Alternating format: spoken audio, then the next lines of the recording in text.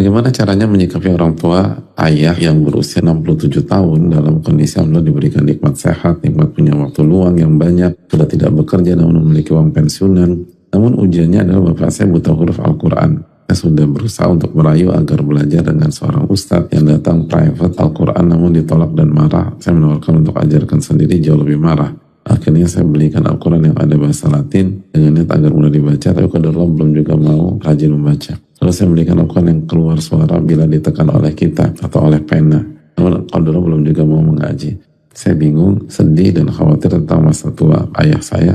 Bagaimana cara melembutkan hati ayah agar menggunakan sisa waktu kehidupan dengan lebih baik? Yang pertama, lagi-lagi doa, perbanyak doa. Gunakan waktu sepertiga malam untuk doa, doain orang tua. Antara adzan dan qomat, doain orang tua.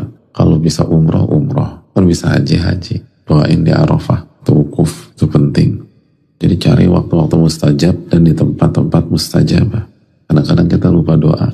Lalu yang kedua, solusi utamanya itu bukan dibelikan mushaf atau difasilitasi dengan cara yang paling mudah. Solusi pertamanya disebutkan para ulama seperti Ibnu Qayyim rahimahullah itu membangun kesadaran. Karena kalau orang nggak sadar mau dikasih apapun juga nggak dikerjain. Tapi kalau orang sadar betapa pentingnya Al-Quran, nggak ada fasilitas pun dikejar sama dia. Nggak ada ustadz dicari, bahkan bisa jadi keluar kota hanya untuk belajar. Jadi ini yang paling menantang di fase awal adalah membangun kesadaran atau menyadarkan ayah kita bahwa ini sangat penting dan ini menentukan kebahagiaan dunia akhirat beliau, dan ini sangat berdampak di dunia, di alam barzakh, di akhirat, dan cara yang sangat efektif mendulang pahala, 1 huruf 10 pahala, dan akan mendapatkan ketenangan, kenyamanan. Yang berikutnya kita harus evaluasi cara bicara sama ayah. Seringkali di sebagian kasus mentoknya itu bukan apa yang disampaikan,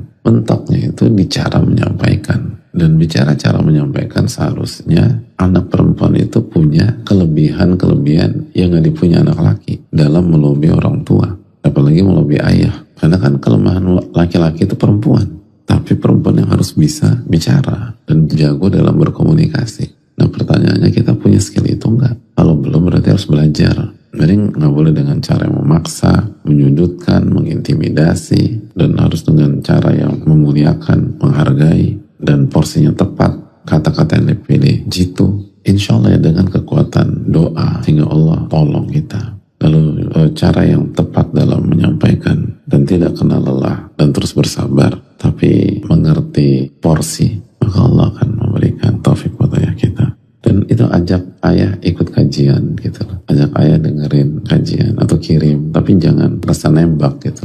Lalu hargai beliau sebagai pemimpin keluarga, hal penting. Allah Ta'ala